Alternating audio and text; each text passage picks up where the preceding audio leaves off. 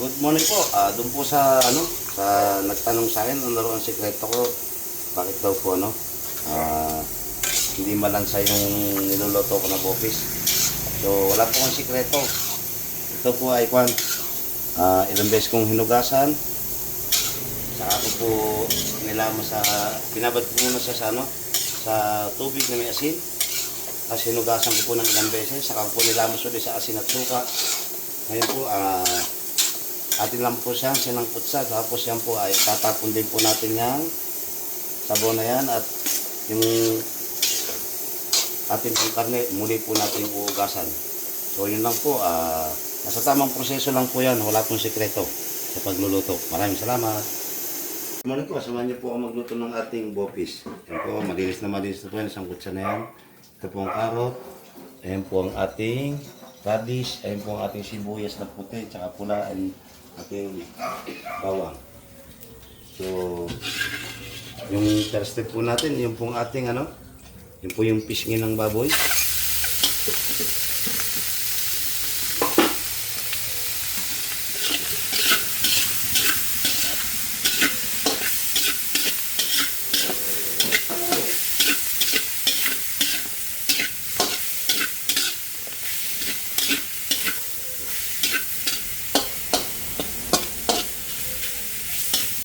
Po, nag-golden brown na po yung ating yung ating pisngin ng baboy.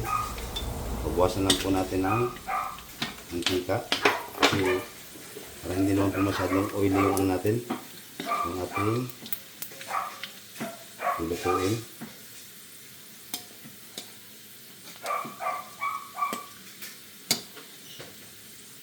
Po, almost 1 cup po yung natanggal natin mantika.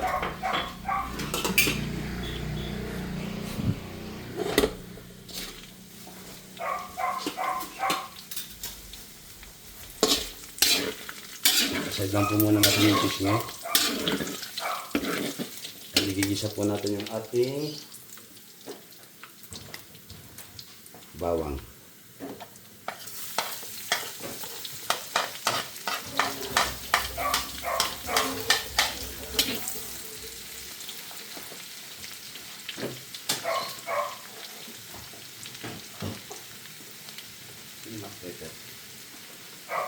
Ilan?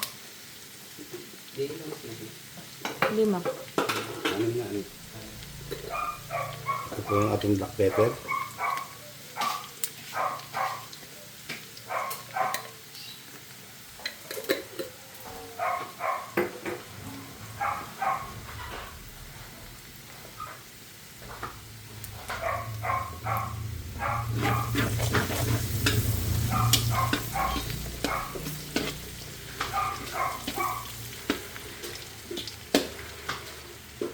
Ito natin yung ating pulang sibuyas.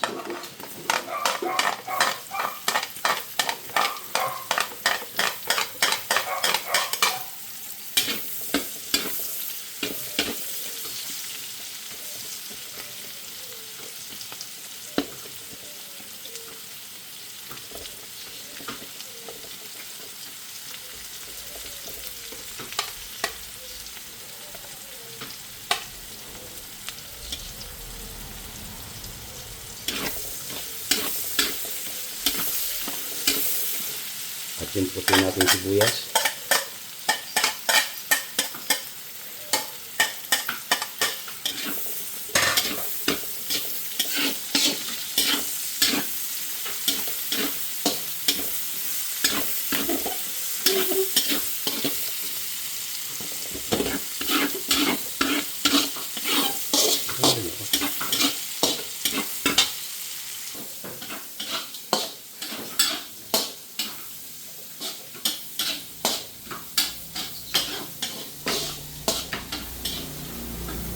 Tagal lang po talaga pag gusto nyo pong maganda yung resulta na niluluto natin. Kapag igisa ko lang po ng mga rekado. Huwag pong yan. Medyo matagal na.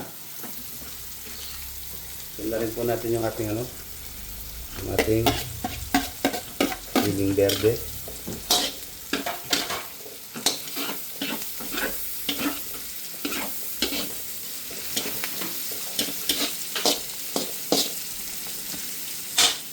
po yung ating pang extra hot.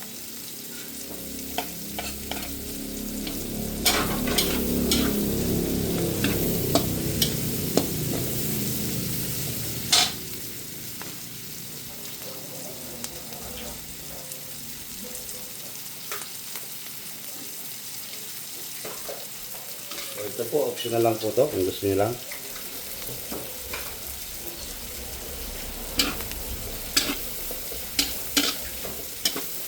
Medyo sa akin po, medyo gusto ko may aroma ng konti ng margarine.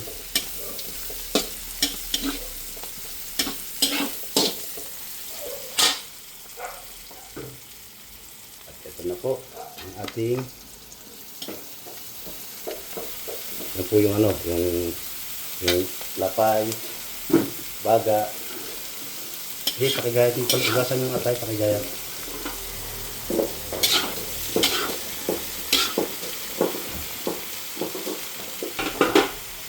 Lalagay din po tayo dyan namin ng liver spread, pero late na po yun kasi gusto ko po yung gisadong-gisado po yung natin.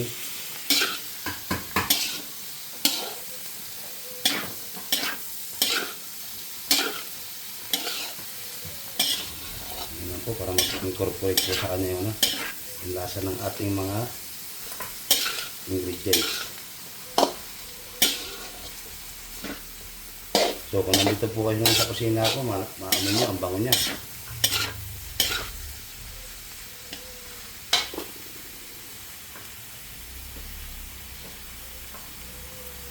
Siyempre po yung ating pampalasa sa kanya, yung ating patis.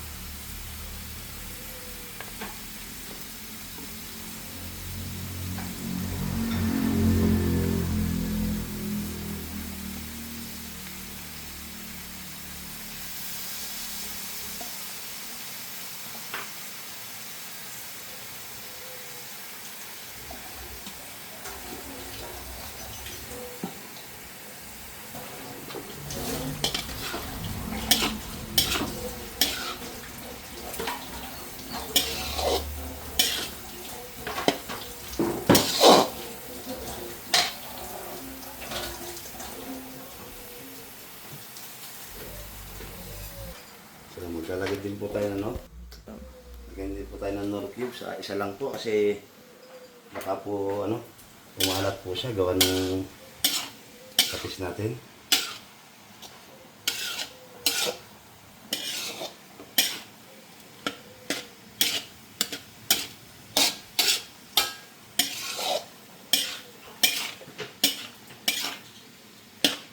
Ayan na po.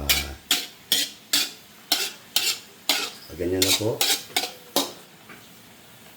Ayan lang po natin siya muna dyan. Mamaya po natin lalagay yung pangkulay niya. Yung iba po sinasama sa gisa yung annatto sage. Pero ako, iba po yung pamamaraan ko. Pero takpan lang po muna natin. Ano na po siya. Yan po ang kukulay sa kanya. Yan po yung annatto sage natin. Yung pamamaraan ko naman po dyan. Binababad ko lang po siya sa tubig na mainit. Kaya hindi ko po kailangan magsama sa pagigisa para makuha yung kulay ng ating annatto sage or atsuete. So, yan po yung may extra aroma rin bukod sa pagbibigay niya ng kulay. Yung pong atsuete, alam niyo po na may rin siya, pagtatanggal din ng lansa at nagiging attractive po ng konti yung natin. Kasi nagpapaano ng kulay.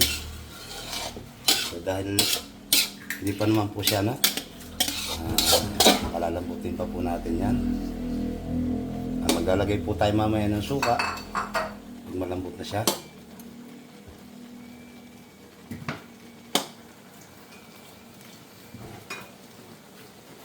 So pwede na po natin i-add yung ating rino. Pero ayan na lang po muna natin siya sa ibabaw kasi malakas po siyang mangapit pag pag nilagay isinama agad natin. Meron pa rin po tayong natitirang sangkap yung atay pero mamaya na rin po yun.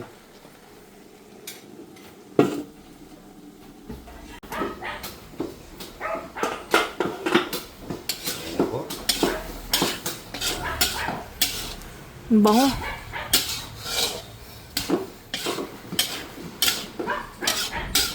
Yan po, napalabas na po natin yung katas ng karne natin.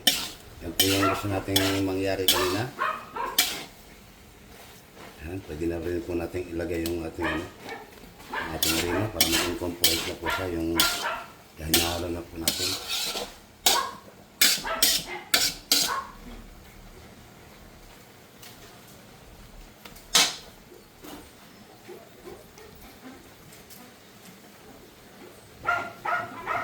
Ito na po yung yung ating huling sangkap.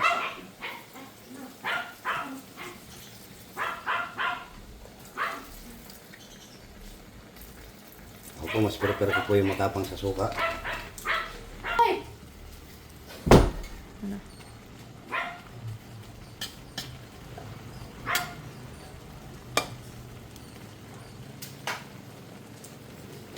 Takpan lang po ulit natin. Pupuno mo natin hahaluin. So ayan na po, luto na po yung ating suka.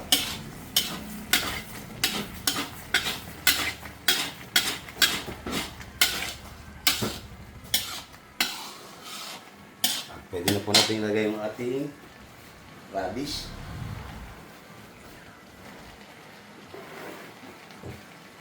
So yung carrot po, last na po yun kasi medyo yun po yun. Mabilis lang po maluto kumpara sa radish. So kung napansin nyo kanina, medyo matapang tayo sa suka kasi nga po, i-absorb pa po yun ng ang radish. Tsaka ang purpose po ng radish dito, mag-absorb po rin siya ng lansa ng natin, ng karne. Pero yan po naman ay depende na po sa inyo. Kung hindi po ka kumakain ng radish, okay naman po na wala.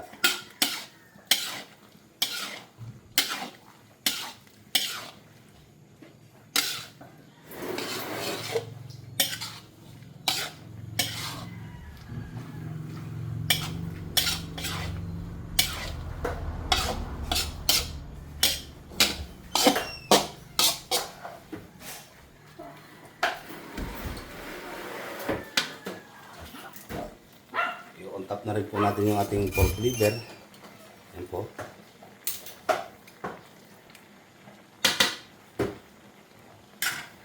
Okay, takpan po muna ulit natin. Mga 2 minutes. Yan po. Medyo okay na po yung radish natin dyan. Sabay na po sila maluluto ng ating pork liver.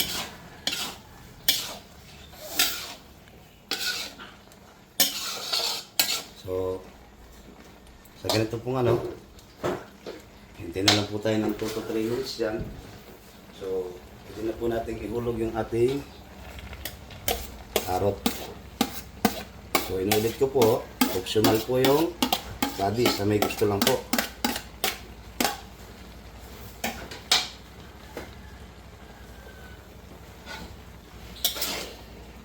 So, yun lang po. Simple-simple lang at luto na po ang ating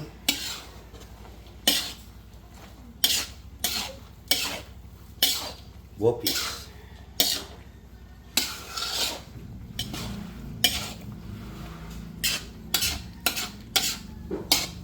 Yan. Luto na po siya. Yan